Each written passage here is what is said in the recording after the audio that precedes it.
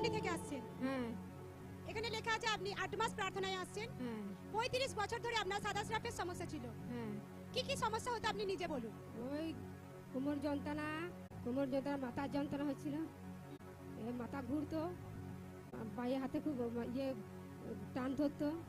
এখানে লেখা আছে আপনার প্রতিদিনই সাদা স্রাপ হতো। সাদা স্রাব হতো, প্রতিদিনই সাদা স্রাব হয়। আর সেটা প্রচুর পরিমাণে হতো। হ্যাঁ প্রচুর, কাপড় জামা সব ভিজে যেত। কাপড় জামা সব ভিজে যেত। আর এইভাবে যখন হতো তো আপনার শরীর দিন প্রতিদিন দুর্বল হতে থাকে। দুর্বল হয়ে যেত। হ্যাঁ আপনি অল্প হাঁটলেই আপনি হাঁপিয়ে যেতেন। হ্যাঁ হ্যাঁ প্রচন্ড পরিমাণে আপনার কষ্ট হতো।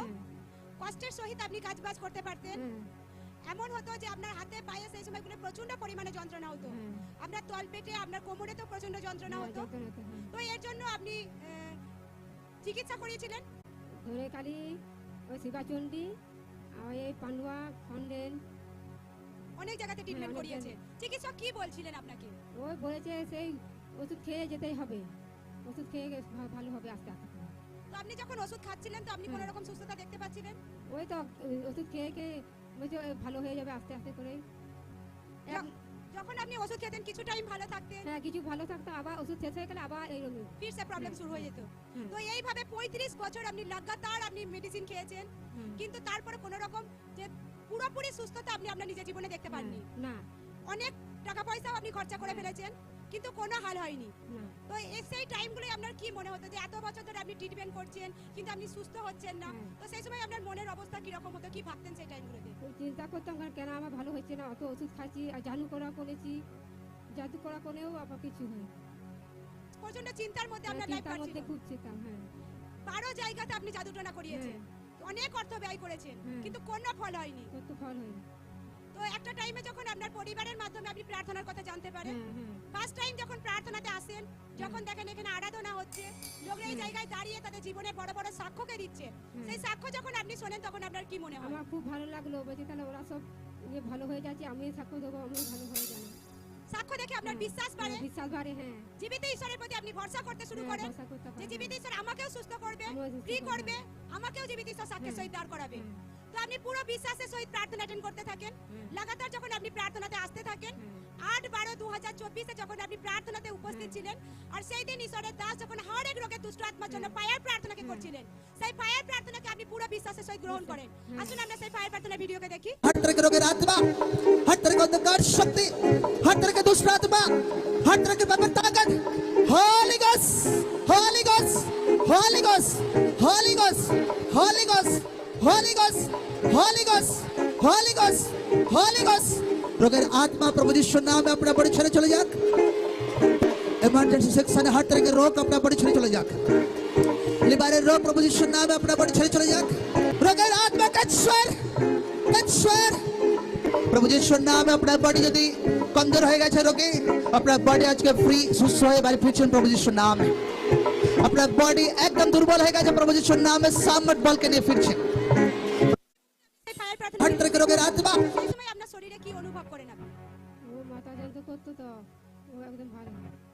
যখন আপনি রিসিভ করেন তারপরে কি হয়? শরীর হালকা লাগে পুরো? হ্যাঁ হাত পা হালকা হয়ে যেত। আর তারপরে আপনি বাড়ি যান, ধীরে ধীরে সুস্থ হতে থাকেন, এখন আপনি সম্পূর্ণ ফ্রি আছেন, সব ফিরে আসে। একদম ফ্রি আছেন। জোরসে মহিমাকে করে জীবিত ঈশ্বরের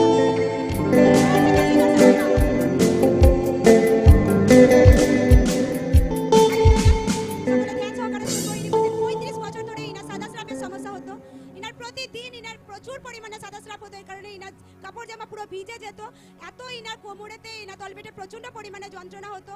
এর সাথে সাথে ইনার গায়ে, হাতে পায়েতেও ইনার প্রচন্ড পরিমাণে যন্ত্রণা হতো। ইনার মাথা যন্ত্রণা করতো, মাথা ঘুরতো, শরীর এতটাই ইনার দুর্বল হয়ে গিয়েছিল যে হাঁটাচলা করতে গেলে উনি পারতেন না।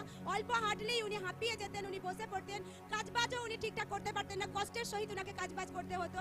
আর এইভাবে যখন চলতে থাকে উনি ট্রিটমেন্ট করাতে থাকেন, পান্ডুয়া, খন্ডান, শিবাচন্ডী, ধনিয়াখালী।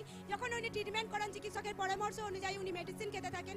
চিকিৎসক ওনাকে বলেন যে লাগাতার মেডিসিন খেয়ে যান, উনি চিকিৎসকের পরামর্শ অনুযায়ী লাগাতার মেডিসিন খেতে থাকেন, কিছু টাইম ভালো থাকেন, ফির সে প্রবলেম শুরু হয়ে যায়। তো এইভাবে যখন চলতে থাকে 35 বছর ধরে উনি ট্রিটমেন্ট করিয়েছেন, কিন্তু কোনো ফল কিন্তু উনি ওনার লাইফে দেখতে পাননি। টোটালি যে সুস্থতা সেটা উনি ওনার লাইফে দেখতে পাচ্ছিলেন না।